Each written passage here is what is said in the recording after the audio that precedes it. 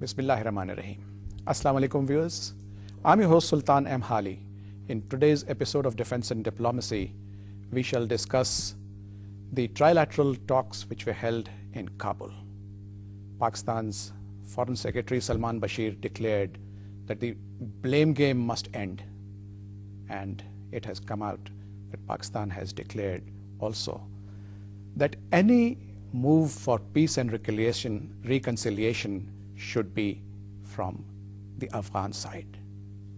To discuss what happened here and also what is the current situation between these three countries and the war on terror, we are honored to have in our studio today Ambassador Javed Hafiz, who is not only a renowned diplomat but is now a columnist par excellence. Welcome, sir.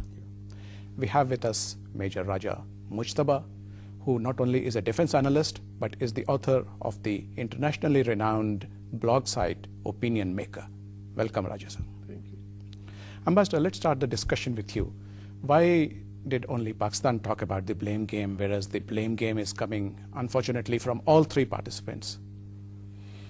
Yes, you're right. Unfortunately, the relations between the three countries, tridimensional,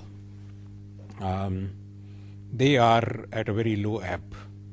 The blame game is going on between Pakistan and Afghanistan, Pakistan and Iran, Pakistan and USA, USA and Afghanistan. So when Salman Bashir said that it must end, what he was saying was that instead of blaming each other, we should now come to constructive talks, constructive ideas, how to take the Afghan war or the war against militancy, the war on extremism, to a good conclusive end. And the background of what he was saying was that our troops, our FC troops, were attacked by the Afghans from Kunad into Bajod, Mahmood area, and we repelled them back. There was shelling from this side. The shells also fell on the other side, and he said that 470 shells have come into Afghanistan. Karzai said that. Karzai said that. And but the fact was that the offensive had come from the other side, and on more than one occasion, I believe. Yes, certainly, and we have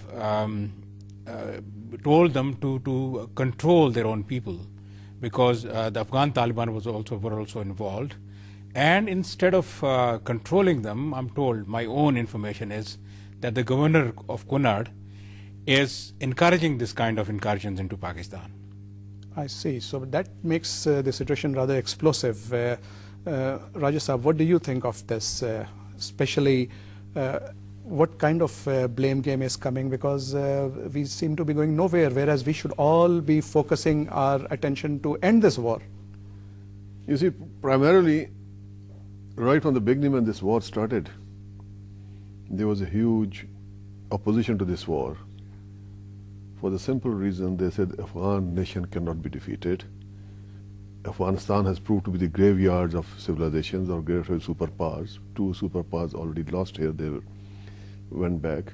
But every ambitious nation does take its own step only to learn the lesson in the hard and bitter way.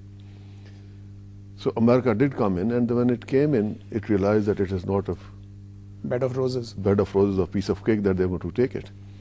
So they've met a lot of resistance and a lot of resilience and all that sort of stuff, and the Afghans are very resilient fighters.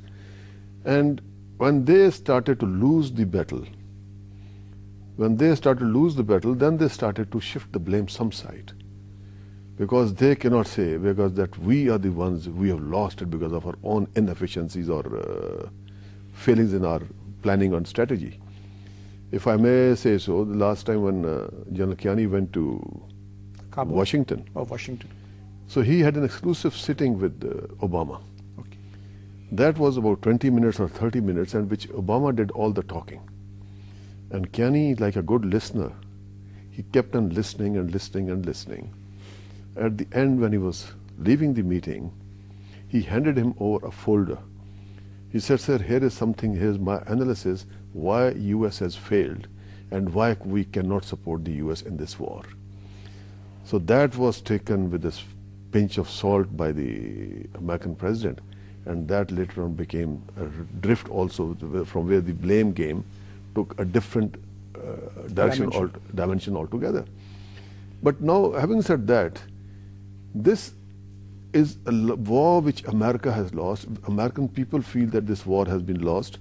Now, America, on one hand, they want a face-saving exit from this area. Before you say that, let me throw in a few figures. This is from the US press. America has lost, or rather spent, more than $3 trillion in the war in Afghanistan. I'm not talking about Iraq and over here. They have lost more than 475 US personnel.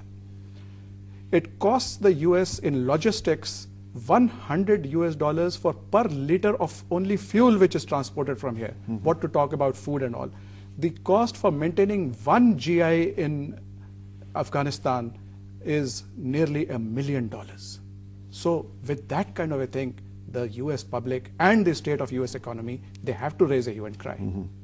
So that is exactly that. One was the military side of it, others was the economic side of it. The economic drain is causing social problems back home. There are people whose children and grandchildren are coming back and started to live with them. Although America is known to live independently, or the society is a very open sort of a society, the children are the least dependent on their parents, But now the thing has come, as you said it, with these sort of expenditures. And even in the state of Texas, which is an oil-producing state, the oil, the gas is being sold on the outlets for $4 a gallon, which was never heard of before. So people are really paying through their nose and things like that, so that it is a war which America is not desperate to wind up. So in this desperation, when they have not achieved anything, so the blames have started off. And in Pakistan, the army and ISI are the two agencies or the two institutions which have got the maximum blame. And on the other hand, Pakistan army has suffered heavy rate of casualties. We have suffered more than 5,000 killed as compared to 400 or 500 of Americans. But please talk about the 30,000 Pakistani civilians also. I'm coming that side also. Yeah. I just said the 5,000 army personnel only. What about the civilian casualties? 30,000, it may not be an accurate figure. The figure may be more than 30,000, And then who have been disabled and made homeless and things like that, who are not fit for a normal life any longer. So this Pakistan, and that is the one dimension of it, and the other is that we have suffered heavily in our economy. Our economy, they say we have suffered 68 billion, but my estimate, what I have been told, is over $100 billion. And what they give us, $1.5 billion in a year. Honestly, if we can increase our efficiency in certain of the state managed corporations, just like a steel mill, we can generate much more than that. Let's talk about the aid. Let's talk only about the coalition support fund, which is supposed to be our due. Even that has been stopped, or delays are being created. You see, if you allow me to take the diplomatic side of it, Ambassador, the other part was of the statement of our Foreign Secretary, and our Prime Minister also reiterated yesterday in his meeting with the AFPAC Ambassador of Australia, in which he said that Pakistan welcomes any peace and reconciliation which is Afghan-owned or Afghan-originated. But we notice here, and this is something which has been confirmed by Mr. Ahmed Sadiq, our ambassador in Kabul, that the US is talking to Taliban, whereas the Afghans should be talking, and if they need our help, we are willing to help. What is your opinion, sir? Well, clearly, Pakistan was for a peaceful solution. We were for the talks, and I think our stand has been vindicated by the United States itself, which is now asking the Taliban to open the talks. Right now, though the talks are about the talks, that is, what will be the format what would be the conditions, preconditions. Clearly, the stand that we took that we must talk to the Taliban in Afghanistan. We're also for talking to the Taliban in Pakistan. That stand clearly stands vindicated, and that is the only way out, because the recent history, the war, has shown that there is no military solution. As Major Saab has just said, there is no military solution. There is no winning this war. There is no way that the United States can win this war. So it is looking for face saving, and it is looking for scapegoats. If it cannot win, if a superpower cannot win the war, with $2 billion going into the war every week, then it has to shift the blame somewhere. And that bad guy today and tomorrow will be Pakistan. And they will say, look, if Pakistan had supported us fully, we would have won this war. And unfortunately, there is a crescendo of comments coming from Obama, Hillary Clinton, General Allen, who is going to replace Petraeus, and even Vice Admiral McRaven, who is the head of the Navy SEALs, who has supposedly took out Osama bin Laden. They're all saying that Pakistan is not fully in this war against terror. So perhaps, Major Mujtaba, you can shed some light. What is this story that Pakistan is not fully in this war? This makes me laugh, when they make such comments. What is fully not in this war? We have lost so many people. We have lost our economy. We have lost our peace. You see, the entire terrorism activities, they are taking place in Pakistan. No cities remain safe. We are being hurt everywhere, in every corner, every city. And still they say that we're not in this war. And there's something strange. But now, as the ambassador has said, that now they are going to shift the blame onto us, and we should be prepared for that. And you see, the recent statements of Obama, when he says that Afghanistan will be host and we will tackle Pakistan from there, so it is an open threat. Then what Robert Gates has said, he said, we could win this war even without Pakistan, having used us for so long, and they now have the cheeks to say things like that. What Hillary Clinton has said, it's again a threat that we'll stop the aid to Pakistan. The recent statement that has come from no other than John Kerry, he says, Afghanistan war is over, now the theater has shifted to Pakistan. Now, what are these things they're trying to tell us? These are open threats to us. I would say these statements in its own right, they are acts of terrorism. They are trying to terrorize us into bow down and do what they want us to do. Terrorism is just not, if they think that terrorism is only what the natives are fighting to oust the invaders, that is not terrorism. But allow me to take the opinion of the ambassador. I think the government of Pakistan, correct me if you don't agree with me, is for a change taking absolutely the correct stance. It has, our defense minister has announced yesterday that it's taking back Shamsi base. The number of trainers have been sent back, both from the USA as well as from the UK. So how do you look at it, sir? Well, I think that is expression of sovereignty.